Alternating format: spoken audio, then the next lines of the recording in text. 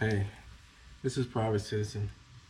Today, let's talk NOCO lithium. So, November of 2022, I put this battery in. And if you checked out my other video for this install, I told you that it's a great battery. It had a lot of cranking power. Like as soon as you hit the button, the bike started up instantly, and it was like a real quick rev. A nice high RPM rev to get it started. It worked great. So for the first year, everything was fine, no issues. But as of winter of last year, I started to have a problem. So me personally, I'm not a big battery tender type of guy. You can see I have one hooked up now because, well, the battery started dying.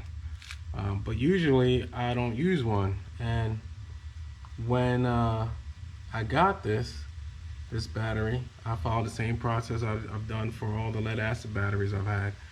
I install it and, I ride the bike.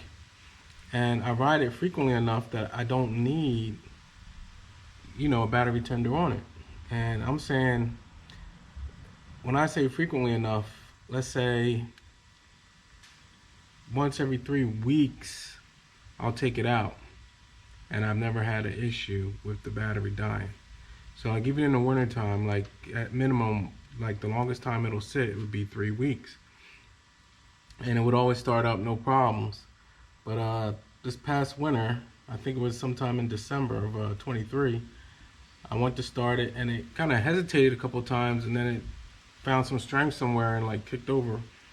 So I thought, maybe something else happened or whatever. I placed a comment online saying that it was odd because the camera system reset as if there was no power to the battery. So I don't know if it was like a really cold day that did something to it, or maybe I messed up by not using the battery tender. But if the BMS system, the battery management system, was actually working, it should have protected it, right? So if the voltage is too low, it should have protected it. If it was too high, it should have protected it. So I should have been able to just come out, connect the charger, if it was dead, charge it up, and it should be good for at least 2 weeks, I would say, without needing to recharge it. Now, some people might say, oh, but did you check to see if you have some kind of like phantom drainage and whatnot? So I did check that. I did, use a meter. I wound up disconnecting the negative and putting the meter in between the negative side of the battery and the wires that would connect to that negative terminal. And I put the battery in like auxiliary mode, the mode you would have it on when it was running. And the current draw was not that high. The milliamps were very, very low. So that's not the issue. So what I did was I bought a new battery. I'm gonna put that in. I was debating whether or not to go to a standard lead acid, which is a lot cheaper. I started thinking back to all the other bikes I've had in the past. And all those bikes, usually I had to replace the battery one time. When I got it, usually the battery would last maybe a year, and then I'd have to get another one. But then after I got that replacement battery, that battery would last me until, I sold the bike. So maybe I should have went that route.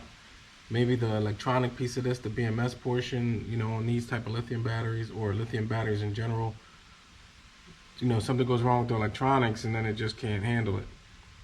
So now this one, if I charge it and the lithium charger says it's fully charged, I can start the bike, it'll run fine. And as long as I ride it every 2 or 3 days, the battery won't die. But after the 3rd day, there's not enough charge to actually start the bike anymore. Where in the past, I could let it go 2-3 weeks. Like I was actually surprised sometimes how long I could let it sit and then come out and hit the button and it would start up like it was nothing. So time for a new one. I did actually decide to do another lithium battery. So I'll show that in a second. But yeah, I'm gonna have to play taps on this one and bury it because it's done. I think I'm gonna open it up and look at the BMS circuitry, see if I can see what's wrong, see if maybe there's a cell that looks like it kind of exploded or is leaking or something like that in there. Try to figure out what happened, because like I said, it'll take a charge and it'll be strong enough to start the bike. It loses the charge really fast now, and I'm not sure why it does that. And so this other lithium I got because when they work, I like the way they work. I like the amount of power. I like the fact that you hit it and it just starts. There's no ju ju ju ju ju. And the other part of it is when the battery does die or the charge gets low enough that it doesn't work. In order to get enough juice in there for it to start, you only have to have the charger on there maybe 2-3 minutes to give enough juice to be able to hit the road and go. So if I'm trying to get out of here and oh, the battery's low and I forgot to put the tender on, all I have to do is put the tender on for like 3 minutes, and I'm ready to go. And I can catch up with whoever, and I'm good. I'm on my trip. So yeah, but I hate to see it go because I liked it. I liked that it had these extra little pieces on the bottom. It's like empty space there that I could actually, if I needed to hide something, like hide a key, or not that I put the key there, but with some kind of place you need to secure stuff, I could put it there. So I'm gonna get this thing out of here, put the new one in, and I'll report on that and let you know how I do on that. Hopefully that'll last more than 2 years. So if anybody else out there has the same issue, I would say make sure you put a review out on Amazon if that's where you bought it, because the rating on these batteries is really high. But the actual negative ratings that do exist, it's all for the batteries dying like after a year and a half or something like that, or 2 years. So we want to get the word out there if there is an issue. So I'll be doing that, and anybody else who's had the same issue, I would suggest that you let the community know what your experience is, so they'll be a more wise consumer in deciding on whether or not to get it. All right, thank you. Okay, this is what the NOCO battery looks like on the inside. You can see where the actual battery pack is glued to the casing of the battery, the outer plastic. You can also see the electronics, the backside, and this is the BMS. I believe all of this is fine and working okay. And in looking at the connections, I think this is similar to the same connections you would have if you were using a remote control car, remote control airplane type battery pack. You can see the major leads for the power and then the additional wires for each of the packs. I guess that checks on the voltage or temperature for each pack. I'm not sure exactly which one, but there's a standard plug for those wires. So if you're savvy enough, you might be able to just go online and buy another battery pack, plug it in, connect the two leads, and have enough juice to do what you need. So I assume it's possible to actually replace the battery pack on your own. So here you can see that the battery pack is puffy.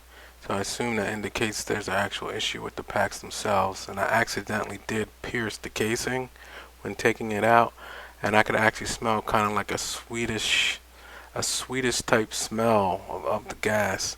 By accident, I didn't plan on doing it, and I didn't, as soon as I smelled it, I walked away. But I think that shows that there is an issue with the actual battery. I don't know if NOCO does sell the packs, but if you look, you can see the name of the pack on the battery. It's NLBP, I believe, 20V1. Also, it was a 12.8 volt battery with 7300 milliamp hours or 7.3 amp hours. The battery I used to replace it is called a Tycool, and that battery has 12 amp hours, so it has more power than the previous one, than a NOCO. Weighs in at 5.1 pounds.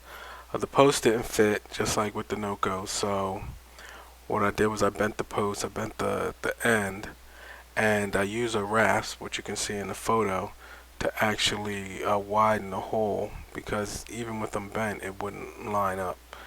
So I used the rasp to make the hole oblong, and used the standard screws and washers to secure it, and everything works fine.